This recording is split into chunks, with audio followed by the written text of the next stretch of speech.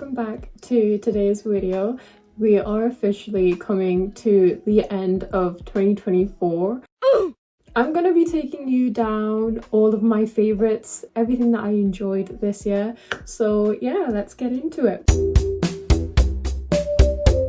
Okay, firstly, when it comes to makeup and beauty, there was a numerous amount of products I enjoyed this year, which were absolutely amazing. And surprisingly, a lot of them were actually drugstore products. The first one is obviously the E.l.f. Halo Glow Beauty Wand. I ran out of my Charlotte Tilbury blush, and I was not gonna pay £30 for another blush, girl, because I feel like there's a lot of dupes out there, and this has not made me look back. I love this one. It's in the shade Rose You Slay and it's amazing. It's phenomenal. This has been my go-to in terms of blush this year. Another blush that I have loved, this is from Milani and this is in the shade bellini. I don't know what that means, but okay. Yeah, I love this blush. It's very shimmery. It's pink and gold combined. I'm actually wearing it today. I don't know if you can see the gold every time I move my head. Okay, the next product that I enjoyed was this. I'm not sure if this actually came out this year or last year, but I believe I bought this year, and it's a Maybelline Lift Gloss. It's not the plumping one, so it's not the one that actually, like, you know, plumps your lips. And this is in the shade Moon. I love this. I'm a very pinky girl. I don't know why, but I feel like I don't suit reds or dark colors. First of all, I have very small lips. My lips are not there. My lips are equivalent to the slug from Monsters Inc. The comparison, you see it? You see, yeah, I know. Listen, you can't be bullied if you bully yourself. Gotcha. Gotcha. Gotcha. Gotcha. Anyways, I love this gloss. This was also obviously a drugstore product, which is amazing. The next product that I have is the foundation by L'Oreal Paris True Match foundation. I believe they've been doing this for a very long time. I love this foundation. It's very lightweight and I feel like I'm not wearing something when I'm wearing it, you know? It gives you that no makeup look and feel. It does the job, and it's like the perfect everyday foundation, and it has been my everyday foundation. I love this product. I've been using this for like 6 months every day and I still have a lot left, so there's a lot in this product. Okay, the next thing that I have is actually something that I bought on Black Friday. I've never bought this before. I've always wanted to because a lot of people have hyped up this product. This is the Charlotte Tilbury AIRBRUSH Flawless Finish. It's amazing. I have never actually seen a powder do what this does, because I swear to God, I am like an oily girl, especially on my forehead and my T-zone area, my nose. And this powder, as soon as I swipe it on my face, it's like boom, oiliness evaporated, gone back to the depths of hell.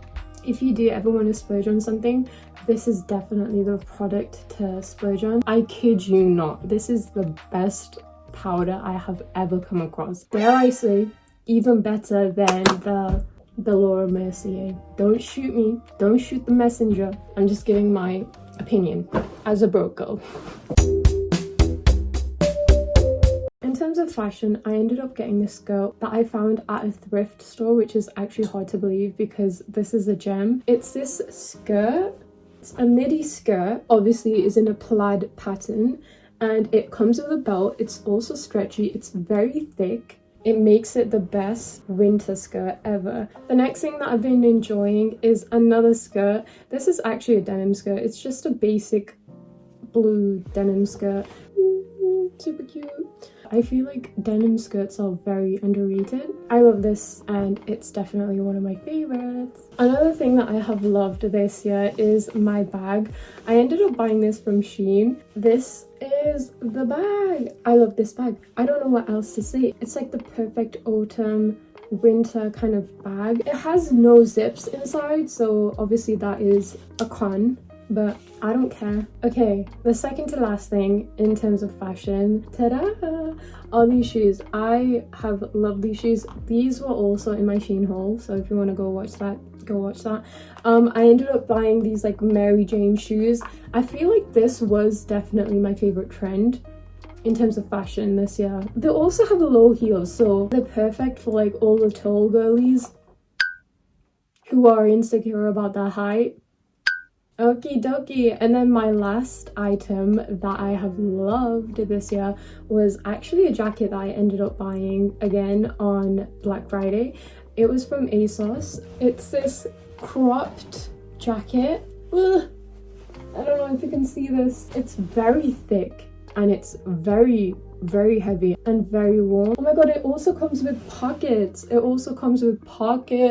This is my last item and my favorite item in terms of fashion this year, and yeah, I love it. I'm also going to leave the link down to this jacket in the description because it's still on ASOS and you can get your hands on it. Okie dokie, my favorite topic this year, books and audiobooks. Yep, I started listening to audiobooks this year. Starting off with the first book that had me infatuated with its story and its plot twist and its beautiful writing. It's the one and only Crime and Punishment. I devoured this book. I'm also dyslexic, so it's very hard for me to actually process words and get through. And this book, my god, was it a nightmare for a dyslexic person. Bitch, what the fuck is a rendezvous? I didn't know, but now I do because of this book and many other words. Anyways, besides the point, this book was amazing. I love Fyodor Dostoevsky. He's one of my favorite writers. I loved it. 10 out of 10. Moving on to the second book that I read this year was Pride and Prejudice by Jane Austen. I actually ended up going to her house in this vlog, so if you want to go watch it, go watch it. It was amazing. It was such an eye-opening experience as a woman. The characters in all of this book, 10 out of 10, phenomenal. Mr. Darcy is the man that I strive to look out for and is the only type of man that I look up to, period. Okay, the next two books, I actually ended up listening to them on audiobooks. So the whole ACOTAR series, I loved ACOTAR. I loved all of the characters. Rhysand and Tera are my favorite characters. Rhysand is like the top fictional male character to ever exist in my mind. And then another audiobook that I've actually started listening to is The Fourth Wing, and I finished the first book literally yesterday. I started the second audiobook today and I'm already on chapter 6. I'm loving it. Oh my god, guys, the comparisons, the comparisons of ACOTAR and The Fourth Wing.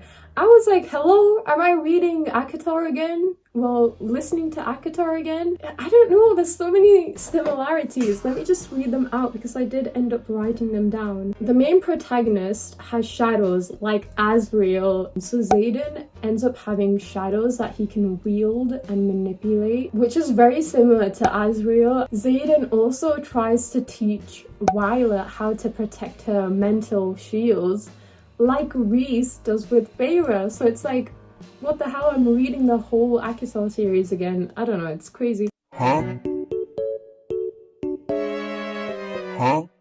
I would highly suggest you guys to read all 4 of them or listen to all 4 of them if you can.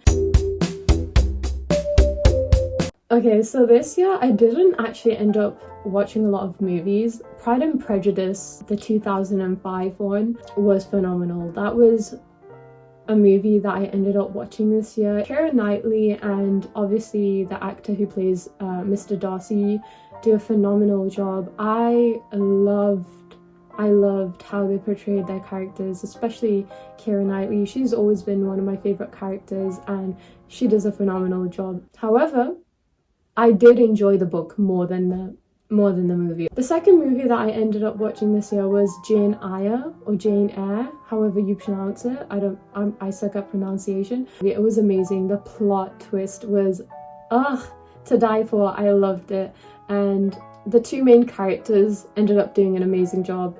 They played their roles brilliantly. Okay, in terms of dramas, these are actually international dramas. So I am a Pakistani, and I ended up watching, if you're a Pakistani person, there is this one drama that took the nation by storm, and it was Ishq Murshid. Ishq Murshid was a drama that I was in love with this year. It was a Pakistani drama played by Dostoevsky.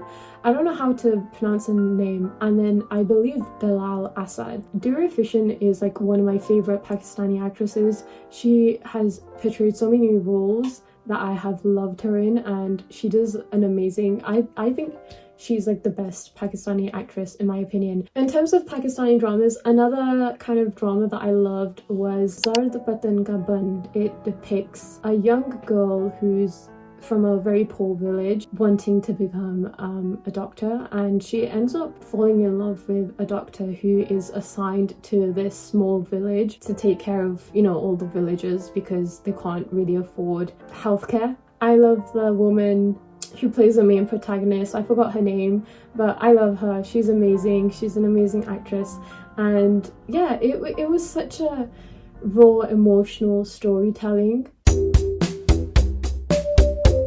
Like I've said, I haven't listened to that much music this year because I have been into reading books and listening to audiobooks. Hit Me Hard and Soft by Billie Eilish. That album is phenomenal. All of the songs take you down like an emotional journey. The producing was amazing, lyrics were fantastic. Like I said, Ishq Murshid, the soundtrack, to die for. I also ended up listening to a lot of Celeste soundtrack. So Celeste is a video game, for those of you who don't know, and it's very soothing, and I ended up putting that on a lot in the background of whenever I was reading my books. Nessa Barrett's album, I loved her album. The production was amazing. However, it did sound very repetitive because it's very upbeat. When listening to the whole album, it did sound like a bit too much. It sounded like they all merge and mesh into one, which can be a good thing for certain people because if that's a vibe that they want, that's a vibe that they want. However, for me, I feel like I start to disassociate because there's nothing new or nothing catchy. But I loved all of the songs. And then the last album that I enjoyed was Beabadoobee's album. She was an artist that I never really listened to. I came across a few of her songs in the previous years, but I wasn't like a huge fan of hers. However, after this album that she released, amazing, 10 out of 10. I loved it. The production, the writing, the lyrics. She has such raw and emotional lyrics and writing when it comes to her style. Beaches, California, Come Home to Me, I think that was the song, I forgot. I love those songs. Lastly, hobbies and the things that I've actually enjoyed this year. There are so many hobbies that I did this year and that I genuinely enjoyed. One of them is journaling. So I ended up journaling this year. Journaling was something that I came across this year. I ended up, watching multiple videos of how good it is to just not erase, but just write down your feelings, because I'm a very closed person. So I keep a lot of stuff in my chest. However, it can weigh up over time and kind of restrict your emotions and restrict your well-being and your state of mind. So I found journaling as a good way to, let go of things rather than cling on to them. It genuinely did improve my mental health this year. So yeah, get a book, get a journal, get a diary and start journaling, because trust me, it will be your best friend. Another thing that I ended up enjoying this year was the Bobby Goods How to Draw Super Cute Things book. I haven't really coloured that much, but I'm going to show you the best one that I've done so far. Super cute! Look how cute it is! I also ended up buying this from TikTok as well. No, I was tricked again. It was an actual book that teaches you how to draw instead of like an actual colouring book. So I didn't get as much pages of colouring as I wanted to, but there are a few pages in there which you can colour. Yeah, this was one of my favorites this year. Another thing that I enjoyed and I loved this year, which made my heart ecstatic when I first saw them was the Northern Lights. We actually had this like random surge of whatever we had, and we ended up getting the Northern Lights in England. I'm gonna insert some pictures because it was unreal. I forever, for the longest time, have always wanted to go to Iceland, just see the Northern Lights in person. That's been my dream. You know when people say, what is your dream? And some people are like, I want to be an astronaut. Me? I want to see the Northern Lights. And technically, even though I did get to see them, I want to see the green, true Northern Lights. It was such a surreal experience because it was something that I've wanted to do my entire life, and then yet here I was standing outside looking up at the sky and seeing these beautiful, beautiful, unexplainable lights that were ahead of me. I think that was definitely my favorite moment of this year. And yeah, anyways guys, that was everything. I hope you enjoyed, and see you in the next video. Bye.